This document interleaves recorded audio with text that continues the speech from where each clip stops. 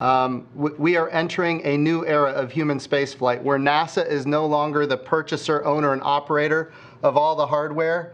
We are going to be a customer, one customer of many customers in a very robust commercial marketplace for human spaceflight to low Earth orbit. But we also want to have numerous providers that are competing against each other on cost and innovation and safety, driving down costs and increasing access to space in a way that's never been seen before. So this is really an amazing day. But we also need to remember that this is just the beginning. Now is the time to capitalize on all of the great programs that have recently been established, to include going sustainably to the moon under a program we call Artemis, which is on my shirt. When we think about the Artemis program, we're going to the moon sustainably. We're going to go with commercial partners and international partners. We're going to use the resources of the moon to learn how to live and work on another world for long periods of time. We're going to take all of that knowledge and we're going to go to Mars. This is an amazing moment. And the Commercial Crew program has really just proven the business model for how we go forward, and we do more than we've ever been able to do before. So I just want to say congratulations to SpaceX and Elon Musk. Congratulations to Gwen Shotwell, and certainly congratulations to the entire NASA team, which has worked so diligently on this for so many years. It was really, really a remarkable day. It couldn't have gone any better, and I look forward to getting into the questions. Thank you, Jim. Next, we'll go to Gwen.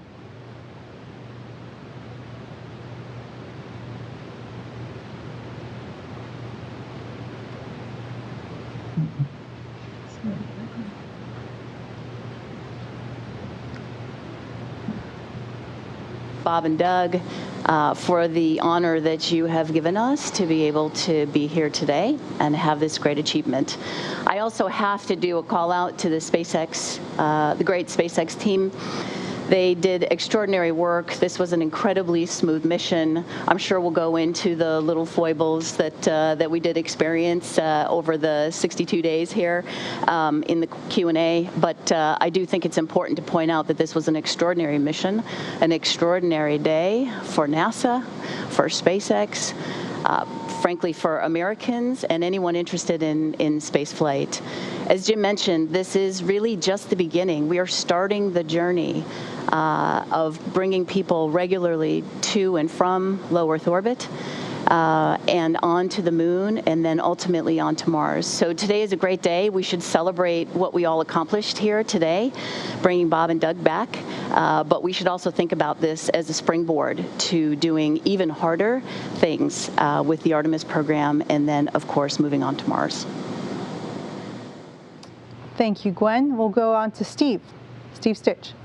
Thank you, Bettina. It really is a great day. I'm almost speechless as to how well things went today with the deorbit and entry and landing and recovery of Bob and Doug. You know, we really came into today, we had three real objectives, the flight objectives, really to execute the deorbit and entry of the Dragon capsule, to demonstrate that we could successfully recover that capsule, and then that we could also bring back cargo from space. There's some valuable science that we brought back in 2 freezers on board the Dragon vehicle, and I think we demonstrated all 3 of those things today. It was just an incredible day. I can't thank enough the men and women across the country from SpaceX and NASA who worked so tirelessly over 5 years to make this day happen, to make the whole mission go smoothly. It was just a great effort. I would like to thank the ISS program and the partnership as well. Today we had a perfect day to land. The wind was about 2 miles an hour at landing, and a clear day with no waves. And the work that we did with Kenny Todd and the Space Station program, and actually JAXA, who moved a cargo vehicle to allow us to have this day, I'm so thankful for that. You know, the whole part of deorbit and entry went very nominally. The entry was as expected. The parachute performance was great. The drogues deployed as we expected. The mains, we touched down just fine. We did have one slight issue as we were bringing the vehicle back onto the ship. We noticed a few slight toxic vapors for oxidizer, and so they were within limits where we could have actually safely got the crew out. We took a little time to do a purge, to purge those vapors out. and to make sure that Bob and Doug were safe. We actually took a few readings inside the cabin as well. So just an incredible day. When I left the console, the helicopter had landed on the ship and ready to take Bob and Doug back to shore. And Bob and Doug were out of the capsule getting some medical checkout, so things were going very well. So again, incredible day. Thanks to our team and all the hard work to make this happen. Thank you, Steve. Joel. Thank you, and welcome again to the post-Splashdown press brief. What an outstanding day that we saw today, just incredible.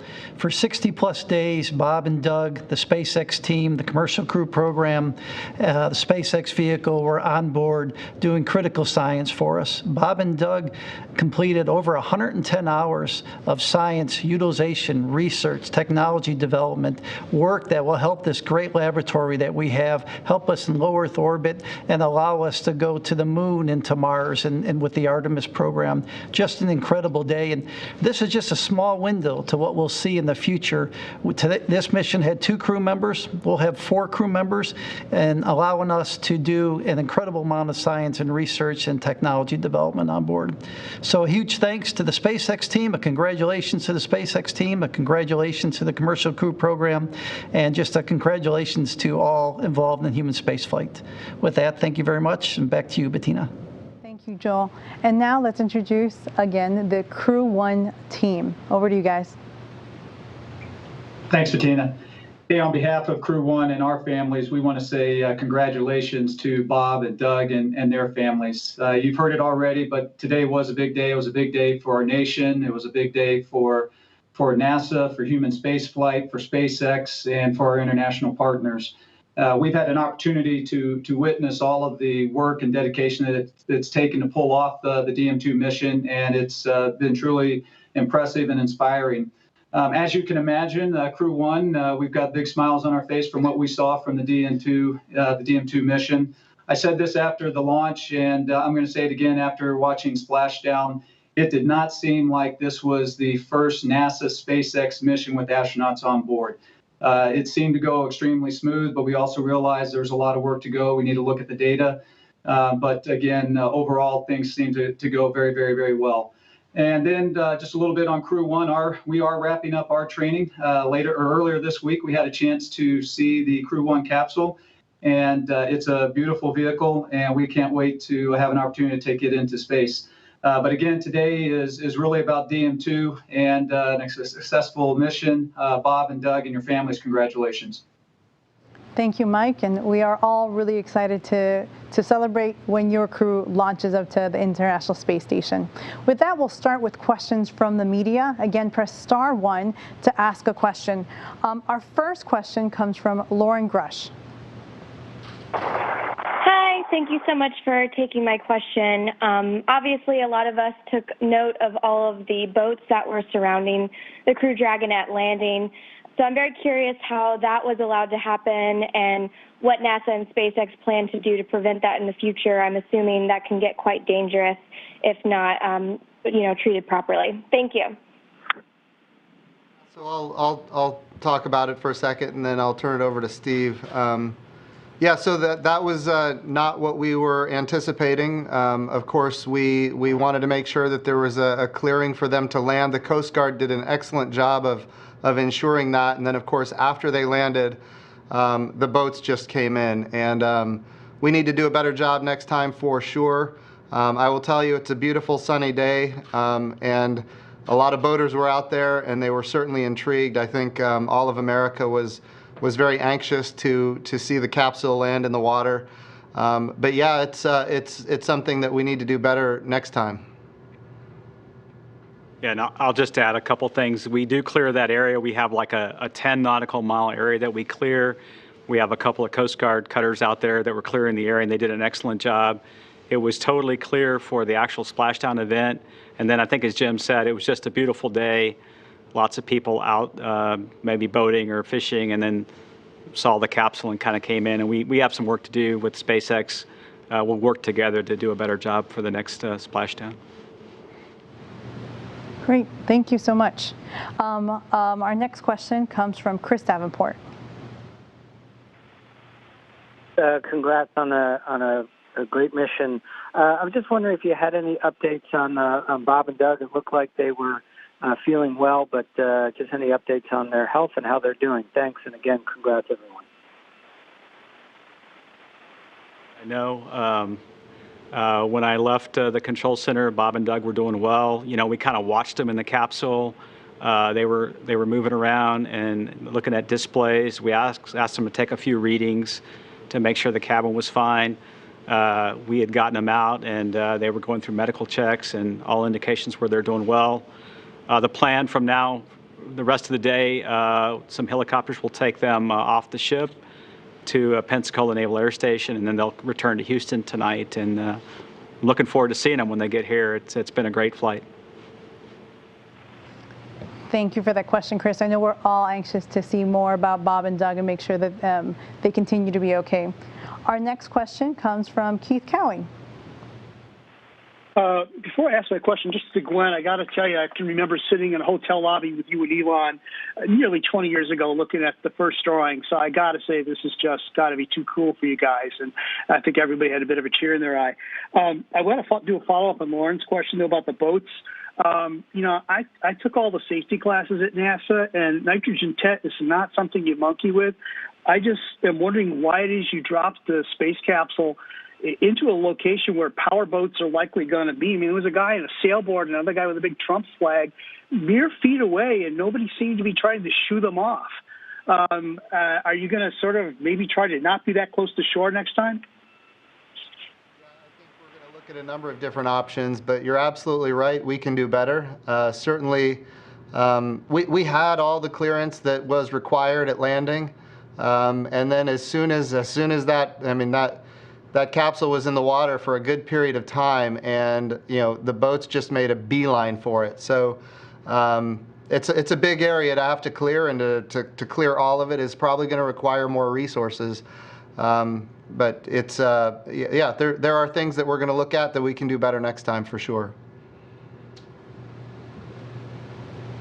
Everybody understands that the crews that we had deployed there, their focus was to make sure Bob and Doug got on the boat and exited the capsule safely. It was not really their job to police the area. We had the Coast Guard out there for that. The lesson learned here is we probably need more Coast Guard assets, maybe some more SpaceX and NASA assets as well. What's important is that Bob and Doug got safely on the boat. We were able to keep the area clear for landing and then ask people to move back as they came a little bit too close to the Dragon capsule, which they did. So anyhow, this was a demonstration mission. This is the time that you go learn about these things, and we'll certainly be better prepared next time. Thank you. Our next question will come from Irene Klotz. Thanks, Bettina, and congratulations, everyone. It was very impressive to watch today. The ISS crews, of course, SpaceX plans to fly paying passengers. After going through this Demo 1 mission, do you still think that you're going to be ready, mature enough, the system for a paying passenger as early as 1 or 2 more flights? You cut out a little bit in the Irene, beginning. Thanks for the question. Okay. Yeah, this mission was incredibly smooth. Not to say that there weren't things that we want to work on and do better next time, but the capsule worked beautifully. The operations worked extremely well. So we certainly feel comfortable that we're on the right path to carry commercial passengers not too long from now. Obviously, our focus is ensuring that we get Crew 1 lifted off in time to do a handoff with Crew 2. Yeah, I think based on the results that we've seen so far, there's more data obviously to go look at. But based on the results so far, I'm very comfortable.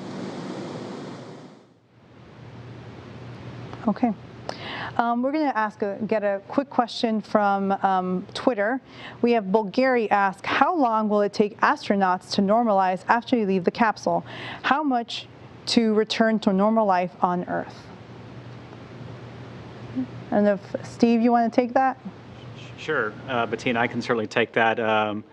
You know, it really depends. Bob and Doug were in space for for a couple of months, and so they'll come back here and they'll start doing some special training. So, sometimes within a matter of a few days or weeks, they're kind of back to normal. So it varies a little bit from crew to crew, but we'll get them back here and they'll start doing some special exercises and special things to get them readapted to Earth's gravity. So far, they look like they're doing really well, so we're looking forward to getting them back here in Houston. Great. We'll take our next questions from Joey Roulette. Doing this question for Gwen. Based on the results so far, how many missions do you foresee before you guys start flying private crews? And also, since we're planning to reuse Crew 2, or reuse the capsule for Crew 2, I was just wondering if you could break down the refurbishment process for this and how, I guess, NASA came to agree to reusing these capsules after they splashed down. And for Jim and Steve Stitch, I'd love to hear your take on that as well. What kind of happened to make this crew capsule reusable for humans? Thanks so much.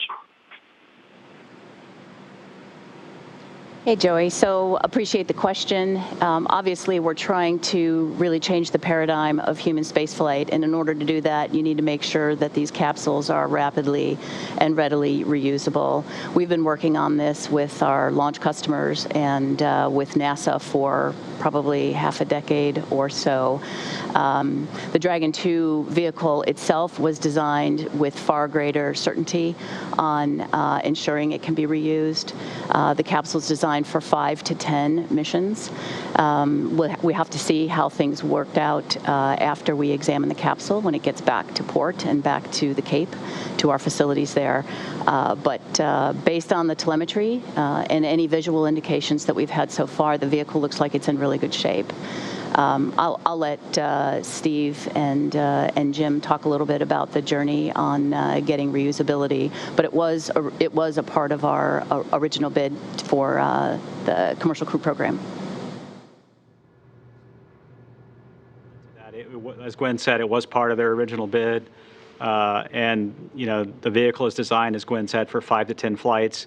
We took a look at that data, and we're continuing to look through that. And for us, it looked like it was a reasonable thing to go do. I think part of the question was, how long does it take to refurbish the vehicle? It takes about 4 months or so, so we have a lot of margin getting into the flight in the springtime frame for Crew 2. The vehicle will start actually getting, as soon as it gets back to Area 59 at the Cape, it'll start going through its maintenance.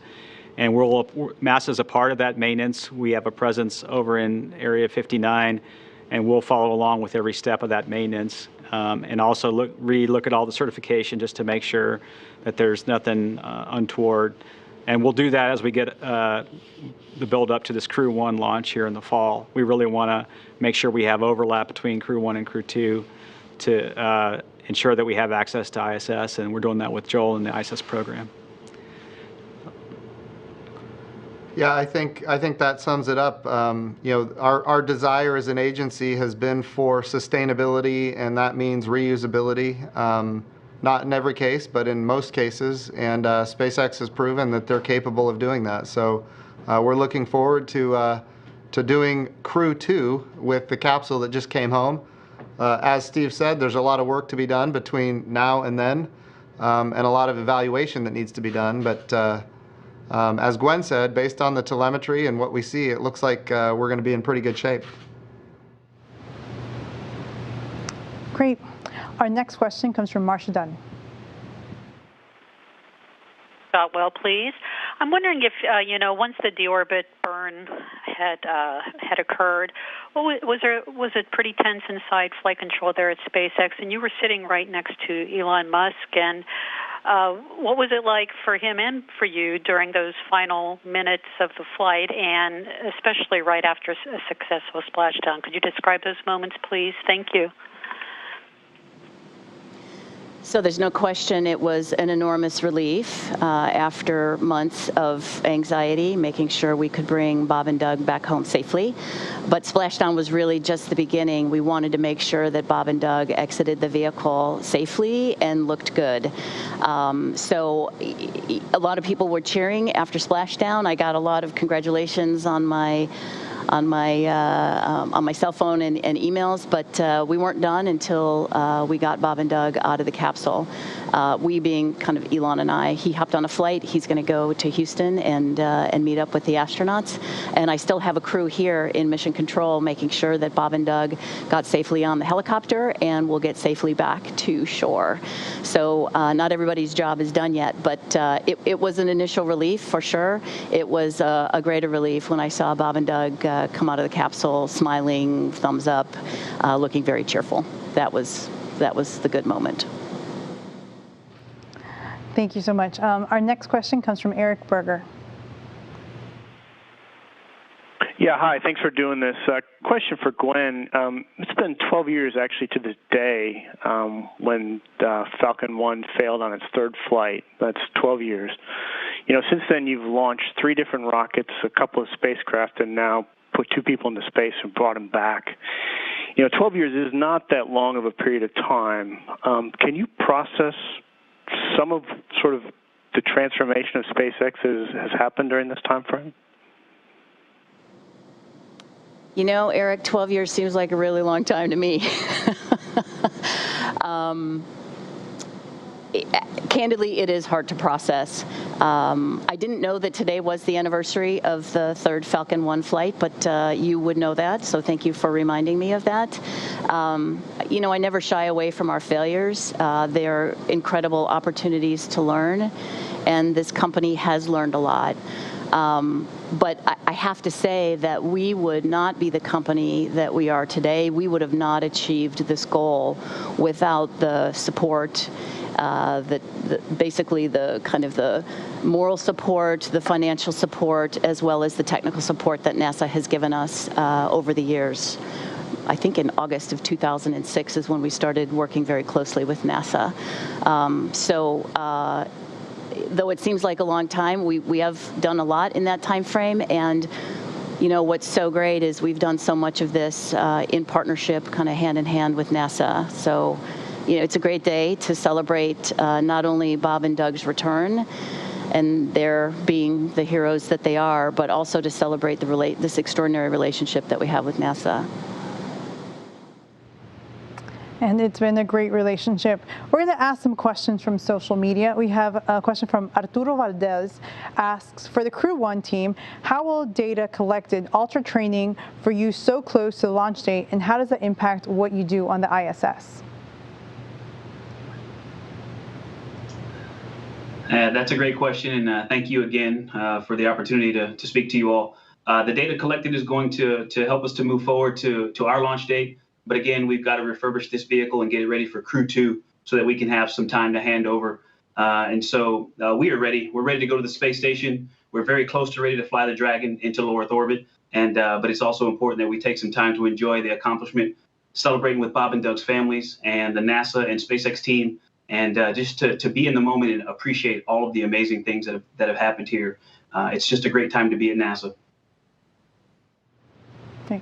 And Joel, anything else about how the information we learned from DM2 impacts future missions at the ISS? So good question. You know, we took the opportunity to do some habitability studies while the vehicle was attached to ISS. So this vehicle, as everyone knows, only came up with 2 crew members. We'll have 4 crew members up there for the next vehicle. And so we did some testing on that and learned a few things. We learned testing on where to stow items and how to live in that vehicle. So just a number of items. We took we took advantage of having the vehicle there for 60 days, and that'll help us make a better vehicle in the sense of better operations for Crew 1 and Crew 2 and subsequent vehicles. Thank you, Joel. We'll go back to our reporters in the queue. We'll go next to Stephen Clark. Hi, thank you for taking my question. Stephen Clark from Spaceflight Now. Question for Gwen, since you're going to be reusing more and more of these Crew Dragon vehicles. I'm curious, do you plan on building a fleet of vehicles going forward? How many do you think you'll need to have in your rotation for the demand, both from NASA and from private astronauts, private passengers going forward? And a question for Soichi Noguchi on the Crew 1 flight. I think you're going to be the first astronaut since John Young, if I recall correctly, to fly on 3 different launch vehicles with your experience on Soyuz and the space shuttle. Curious if you could compare your experiences on those two vehicles, routing them into orbit, and how you think Falcon 9 may compare going into it. Thanks.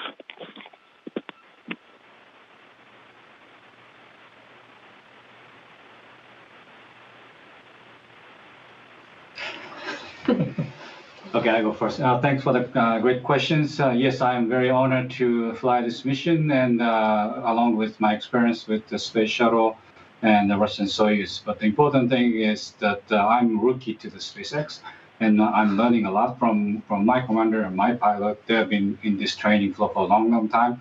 I just started like last February. So this is like going back to square one.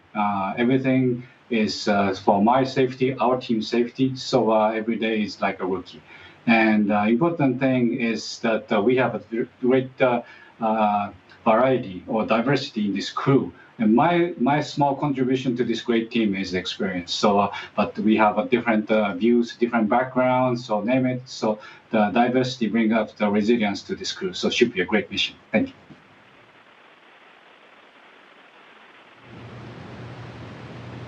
I think his other question was for Gwen. Great. Thanks, Bettina. Stephen, we are building out a fleet of Dragon 2s, both cargo version and crew version. We want to wait and see how many we have to build before we say we're done building out the fleet. We want to see how this vehicle looks after we get the opportunity to inspect it and such. But we do anticipate building out the fleet. Thank you. We're going to go back to the lines, and next is Jackie Goddard. Goddard for the Times of London, and congratulations, everyone. My question is for the Crew 1 folks, Mike, Shannon, Victor, Soichi. I wondered if you could describe how you watched that splashdown, what you went through emotionally as you watched it, and what it means to you knowing that your flight depended on the success of this one. Thank you. Well, thank you for the question. We were together in the control center here in Houston watching the splashdown, and it was so exciting. And I would say, I think it's fair to say it was a very emotional event for all of us. To be able to watch our colleagues, our friends come home safely is always an emotional event. And then just to see how smoothly everything went during their splashdown and their reentry. So we're very excited that it went as smoothly as it did, because now that really points to the success of how our mission will be when we get a chance to launch.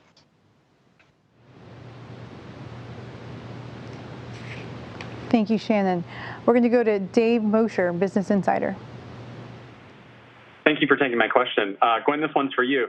So this is SpaceX's first flight of people, obviously, and you have tons of data to go through. But I'm really curious, what was the most surprising thing your team has learned from the mission so far? And relatedly, is there any one thing you'd fix for or change for Crew 1 for these guys who are on the call? I have such an extraordinary team here at SpaceX. I don't want to undermine any of that, but I think probably the greatest surprise is that this mission was as smooth as it is. And I don't want to take anything away from the team, but this was a demonstration mission. This wasn't the first flight of Dragon 2, but this vehicle had a lot of capability on it that was not flown during the demo 1. So I think we're surprised, minorly surprised, but obviously incredibly pleased that this went as smoothly as it did.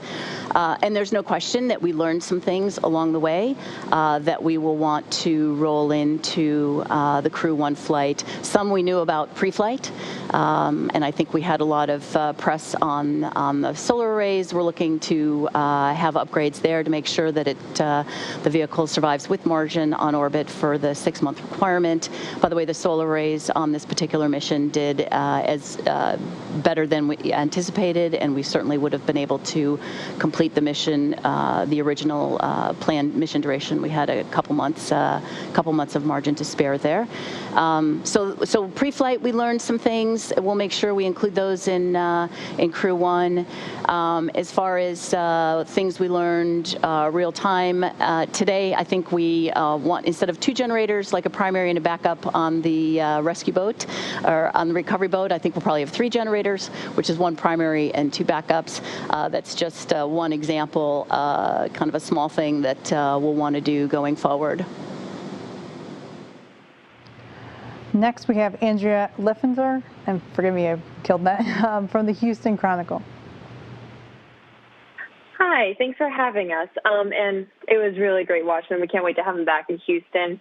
So I'd like to know how landing compared to the Apollo capsules. You know, was there new technology to kind of make it smoother on the astronauts, or was it pretty similar? Thank you. I can take a crack at this one. So wasn't around during Apollo, but I would say the landing compared to the Apollo spacecraft was very similar. It just turns out the parachute technology and landing a vehicle in the water requires very similar kinds of chutes for the drogues, which deploy up high to stabilize the vehicle. And then the main parachutes are very similar. The one difference, you know, SpaceX has chosen to use 4 main parachutes versus Apollo had 3. But all in all, I would say that the technology is very similar. The vehicle itself, compared to Apollo, you compare this Dragon, what an incredible spacecraft. Very much automated spacecraft. The crew, from the deorbit burn all the way to splashdown and landing, doesn't really have to take very many actions on their own. The vehicle does that all by itself. It's very autonomous. So all in all, you know, it's a very similar kind of landing. We're going to go next to Jeff Faust of Space News. Good afternoon, and congratulations to everybody. Question probably for Steve Sitch. You talked about this a little bit earlier, but maybe a little bit more details on what's involved with going over the Demo 2 spacecraft now that it's back, and the process that will lead up to certification so you can launch the Crew 1 mission. Thanks. Yeah, absolutely. Happy to talk about that. You know, we'll do a few things to get ready for certification in a few different areas. One, we'll review all the telemetry, all the data from the Dragon. We've done that for the whole flight to date. We'll do it now for undocking all the way through splashdown and recovery. So we'll have engineers. We do it jointly with SpaceX. We have our NASA team and SpaceX team work together and go through all the data for each of the various systems, life support, propulsion, and so forth. So we'll go through all that data to make sure there's nothing that is anomalous there. Secondly, we'll look at the parachutes. Parachutes is a very important system on the vehicle. SpaceX was doing a great job of recovering those chutes today, so we'll take those back and analyze those and look at it just to see that they're performed well. And then thirdly, SpaceX is going to take the vehicle apart. One of the benefits of reuse, I would say, is the fact that we'll take some of the vehicle apart. Some of the nose cone will come off, the heat shield comes off. We'll start to inspect part of the spacecraft, and sometimes we can learn things from that. And so we'll do that inspection, and then we'll put all that data together and head into the certification review, probably toward the end of this month or early next month. We're going to go to Michael Sheets from CNBC. Hi, all. Great to talk to you, and congratulations to everyone, especially Bob and Doug.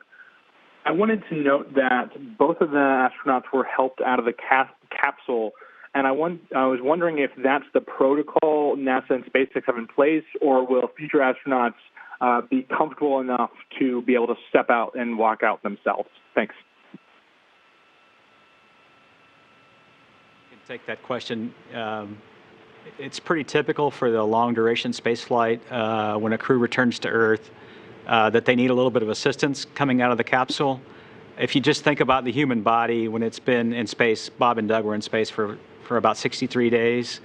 So when it comes back into Earth's gravity, the body does a wonderful job adapting to zero G, and you can live and work very well in space. But then when you come back in the atmosphere, they pulled about 4 times the force of gravity today coming back, and then the gravity is tugging on them a little bit when they come back. And so it takes the body a little while to adapt, and it takes the inner ear a little bit of time to adapt to the gravity again.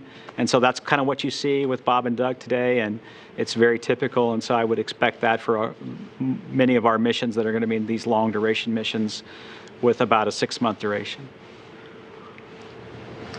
Thank you. We're going to go to Marcia Smith from Space Policy Online. Thank you. My question, which is to Joel. I'm curious about what this is going to mean operationally for the space station to have 4 people permanently aboard the U.S. segment. Are you going to need more resupply flights? You've talked about how there'll be more science done, so you'll need more science going up and coming back. Just what does it mean to have 4 people up there instead of 3 on a permanent basis? So we're planning to have, 4 to 5 cargo missions, resupply missions to the International Space Station. The beauty of having the 4th crew is that person's time is going to be 100% dedicated to utilization, research, and technology development. And so today we average about 35 hours a week in that area, and we're going to increase that to 70 hours a week once we get 4 crew members up. So that 4th person won't be dedicated to that, but the time that he brings to the team, that time will be dedicated to that. So we're looking forward to it. It's something we've been planning for a while. We've had some opportunities to do 4 USOS crews, as you're well aware, in the past, and we've taken that time to learn and plan forward. So the upcoming SpaceX missions and the upcoming Boeing missions, we're excited and we're ready to rock and roll. Rock and roll. Our next question comes from Mike Wall, space.com. Thank you all for doing this. This is another one for the Crew 1 astronauts. I'm just curious, like what kind of conversations do you guys want to have with both like Bob and Doug? Maybe what do you want to ask them about how Endeavour handled or how it flew? What do you most want to talk to them about?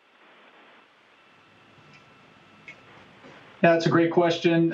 We did have an opportunity after they got on orbit and docked to the station to talk to them about the launch. And that was actually very timely because we were able to do it when it was all still fresh in their mind. And they talked about the various stages of the launch and what it felt like. And even actually some of the points on the pad when they were sitting there and they were fueling the rocket and some of the feelings they had there.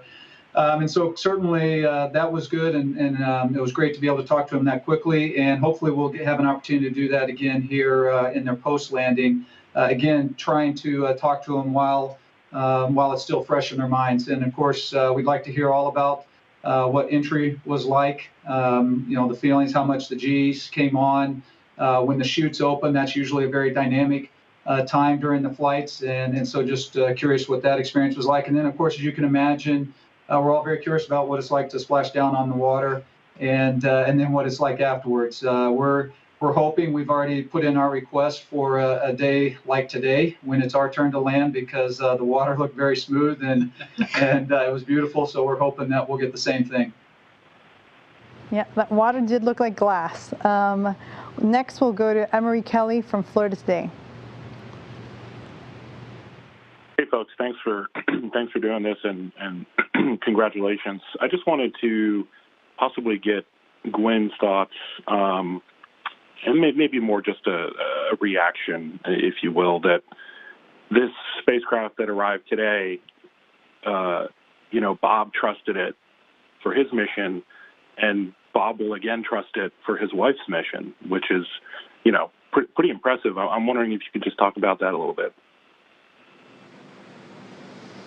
Yeah, so I'd like to point out that, Megan is first and foremost an astronaut when it comes to our perspective. I'm sure her and Bob have a different perspective, but she was selected to be one of the esteemed members of the Crew 2 mission. We will make sure that vehicle is as good or better than the vehicle that Bob flew in today. 2 months ago and today.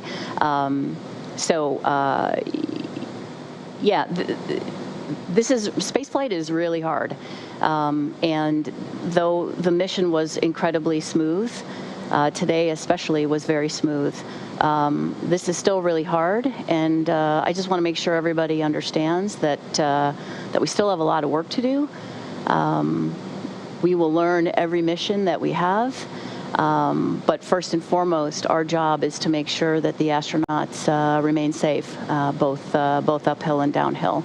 So what we did for Bob, I think we can do an even better job for Megan. And I hope she is really excited to fly in this particular capsule. I was really excited to have her named the pilot for the Crew 2 mission.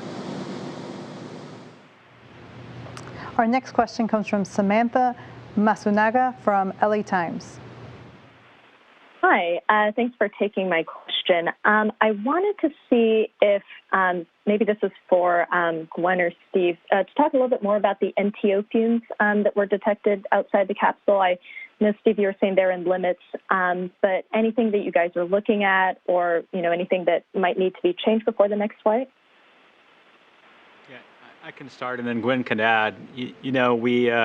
It's a pretty common practice with any spacecraft. We did it with the space shuttle after landing. We would go around and kind of sniff thrusters to see if there was any vapors from those thrusters.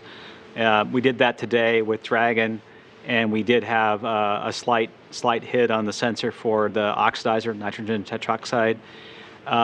We think there may be some mechanism where it's getting entrapped into the service section, kind of from thruster firings during entry. We got to go look through the data. This is maybe a little bit of speculation on my part. I think we'll go figure out a way to handle it better on the next flight, perhaps starting with a purge as soon as we get on the vehicle. It just is kind of a normal thing. We've had similar things with other vehicles, so I wouldn't say this was a big deal at all. It was something that the SpaceX team took extra precaution with, just to make sure that their personnel on the ship were safe, and then also Bob and Doug. So we'll go look at the data and see if there's anything we can do better next flight. One of the things that I would say about this NASA and SpaceX team, and we will get hundreds of comments and hundreds of things to look at in post-flight. Even though the flight goes so well, one of the things that we do in spaceflight is we just pore over the data and try to learn from it to try to make it better. Because as Gwen said, spaceflight is very hard and it can be unforgiving. And so you try to look at very minute changes in data and things that you see in the data from the flight, learn from that and try to do better. Yeah, we made sure that based on all the telemetry that we had, that we didn't find any system breaches.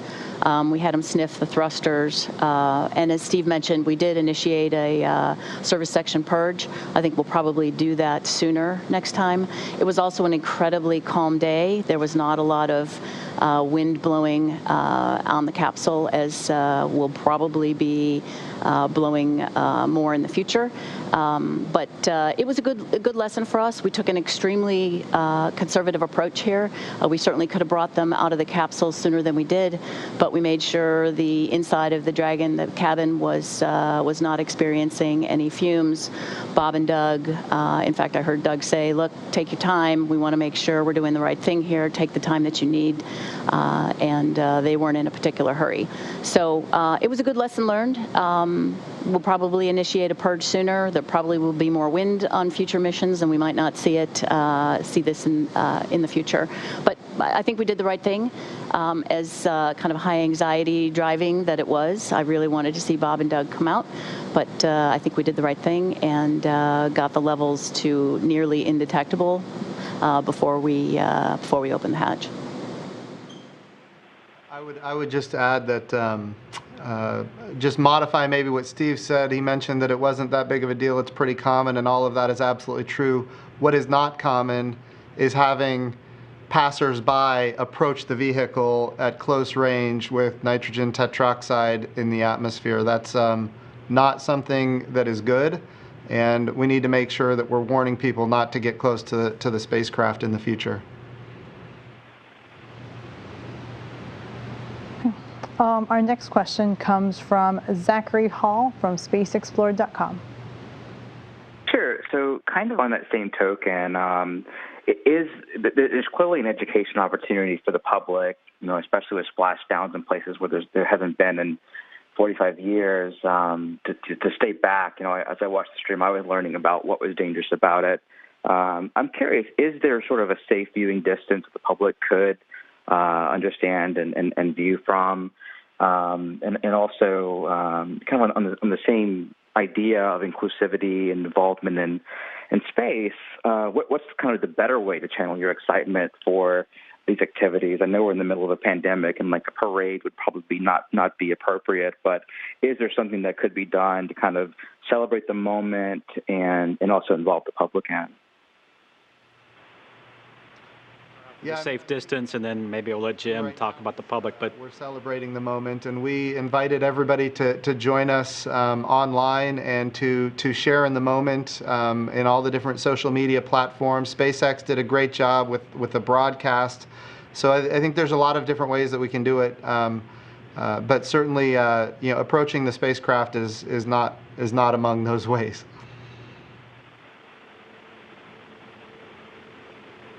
We're going to be wrapping up in a few minutes, but let's take one of our last questions from Jackie Waddles, CNN.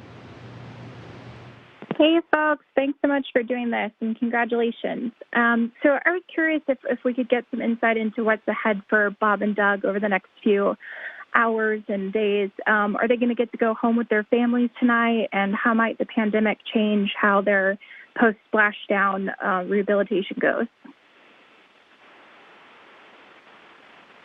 I can start off. Bob and Doug already have left the ship, and they have been transported by helicopter to Pensacola. They will come back here to JSC via aircraft later on this evening. They'll get some medical evaluations.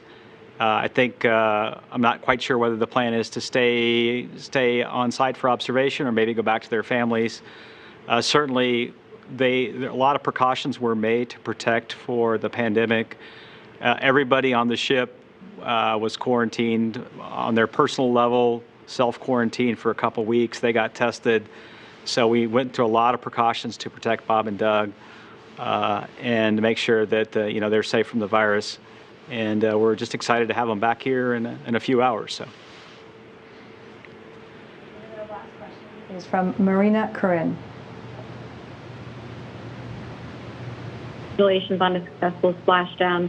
This question is for Gwen. Gwen, you said in your opening remarks on this call that this mission experienced some foibles over its 62 days on orbit. What foibles were you referring to? Actually, the foibles that I was referring to were today. We had our backup generator on the Go Navigator stop working before we set sail. So next time we're going to have 2 backup generators. We did mobilize another one, but it wasn't going to get to port in time for the vehicle to set sea and make sure it got to Bob and Doug. We had that vehicle flanked with other ships, so we were pretty comfortable. But that is one. And then the discussion that we were just having on the oxidizer on the outside of Dragon.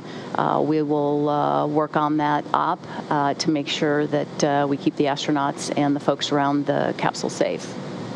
Those are the only 2. I think we had the mission on orbit was incredibly kind of quiet. I can't recall offhand whether there were some anomalies. There may have been some small ones, but certainly nothing that stands out. Thank you, Gwen. And with that, we'll turn it over to Jim Bridenstine for some closing remarks. Well, thank you to Bettina, and thank you to everybody who participated in this. A big special thanks to Bob and Doug and their families, the entire NASA team, and of course the SpaceX team for what an amazing day this was, a historic day. A couple of things. It came up earlier. Somebody asked Gwen about what size of a fleet do you need, and do you expect to grow it? And of course, as a private company, SpaceX is looking at what the demand is. And I'm going to tell you what our goal is at NASA. Our goal is to make sure that there is a big demand in the future. And I would love to see a fleet of Crew Dragons servicing not just the International Space Station, but also commercial space stations, which is why we're working so hard every day to commercialize our activities in low Earth orbit, whether it's industrialized biomedicine or advanced materials. There's a lot of hope for humanity on Earth based on what the microgravity of space can provide. So the future is very bright, but it's going to require these public-private partnerships, which we have now proven can be very, very successful. I also want to say another question came up about how SpaceX has, changed since launching, Falcon 1 so many years ago, and even the third launch of Falcon 1 was a failure. Let me be clear. The reason we had success today is because SpaceX is so good at adapting, and the NASA team is so good about sharing what the engineering challenges are and ultimately them responding. It has been not without some pain from time to time, but it has been an absolute amazing partnership, and it really just culminated in this spectacular event today. When NASA comes and we say we want to create high-level requirements, we have a payload capacity that we need, we have safety requirements that we need, and then we allow a private company like SpaceX to go and innovate. And miraculous things happen. We launch rockets with 9 engines. We launch rockets where the launch abort capability is integrated into the spacecraft propulsion system itself. We have a pressure vessel inside of a liquid oxygen tank. These are things that NASA never would have done on its own, but because we set the high-level requirements, and then we say to the private company, we say, prove to us that your engineering is sound through both engineering and testing. And as time went on over the years behind us now, SpaceX proved, and we of course as an agency had to make sure that what they were telling us was accurate, and then testing it. And I will tell you, it has been just a magnificent thing to watch. So again, congratulations to the SpaceX team, congratulations to the NASA team. It's been an amazing partnership. There's a lot more to come. One other thing before we close out. Eric Berger sent a tweet yesterday, and in that tweet he talked about how we have been without a human spaceflight program now for 9 years, and he said now we've got Dragon, and we've got Starliner, and we've got Starship, and we've got Orion, and Blue Moon, and other vehicles that are on the table. May it never be that the United States goes a day without a human spaceflight capability in the future. And I would double down on that and say, I'm the first NASA administrator in history that was not alive when we had people living and working on the moon. We have to make sure that another generation doesn't miss this opportunity. Today was a great victory, but it is just the beginning. The Artemis program is our sustainable return to the moon. We're going to go to the moon and we're going to stay. We're going to learn how to live and work there for long periods of time, and we're going to take that onto Mars.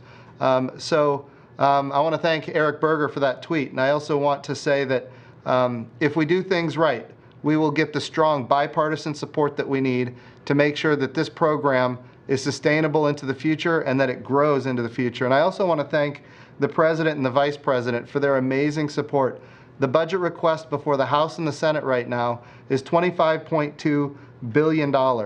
When my name was first floated for the NASA administrator, a little over, I guess, 2.5 years ago about now, actually it was longer than that, the budget for NASA was $18 billion. So $18 billion to $25.2 billion. We've got a bright future, a big agenda.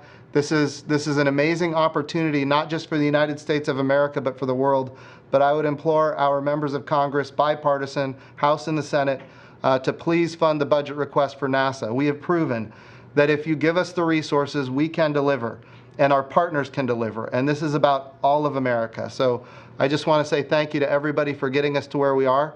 And I would implore the folks that fund our agency to get an appropriation done that justifies the great work that we've already done.